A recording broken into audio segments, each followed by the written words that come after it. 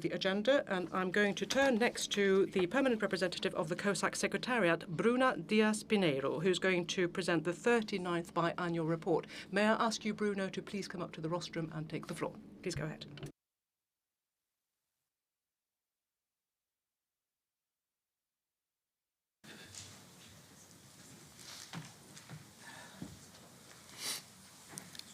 Good morning, dear chairpersons, dear members, colleagues.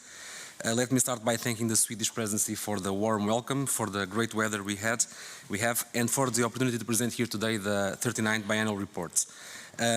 I would also like to thank all delegations from the 27 member states plus European Parliament, because this time we got all the replies, which allowed us to have enough time to go through all the data and draft the report. Finally, also a word of thanks to my colleagues in the COSAC Secretariat for their hard work, since this is a collective endeavor and a team work.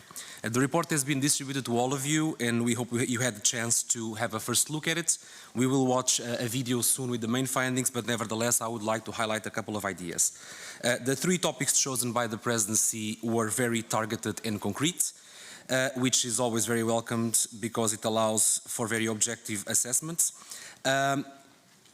The report gave parliaments to share information and best practice on these issues, and it had three chapters. The first chapter was the role of parliaments in dealing with the Fit for 55 legislation. It was actually the first time the biannual report dealt with this, one of the most ambitious packages of the current institutional and political cycle, and it aims at shedding light on how parliaments have been dealing with the package, either by scrutinizing the proposals or by monitoring the national government's position in the Council. You can find in this chapter the findings related to, for instance, how many parliaments had actually scrutinized the package, which means they used to perform this scrutiny, and also whether they will be involved in the implementation of national strategies to achieve the binding targets.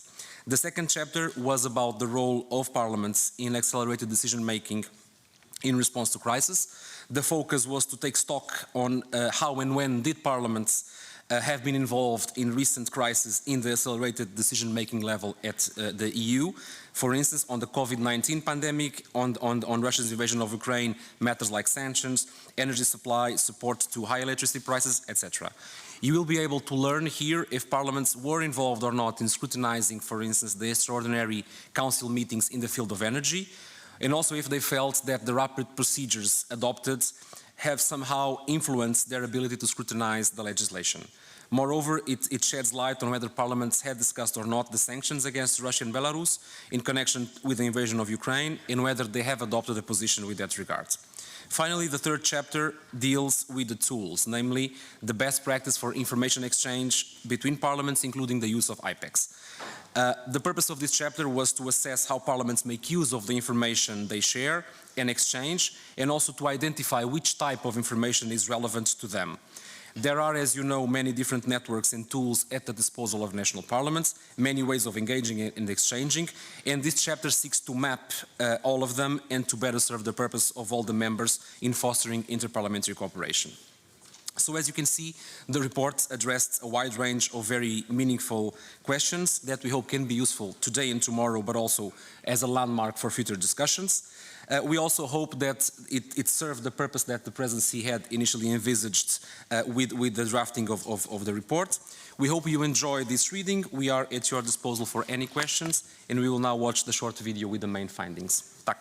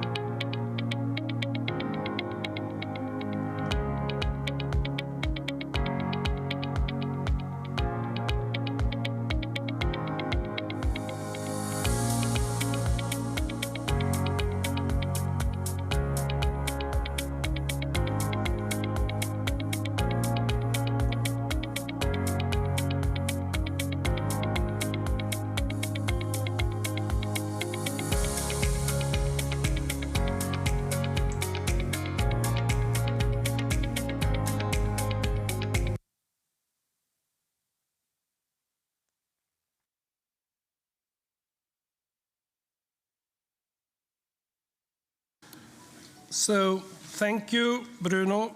Obrigado. I now switch over to English again for a while. Our next item on the agenda is letters received by the Presidency. Ahead of the meeting of chairpersons in January, the Presidency received requests to attend both COSAC meetings from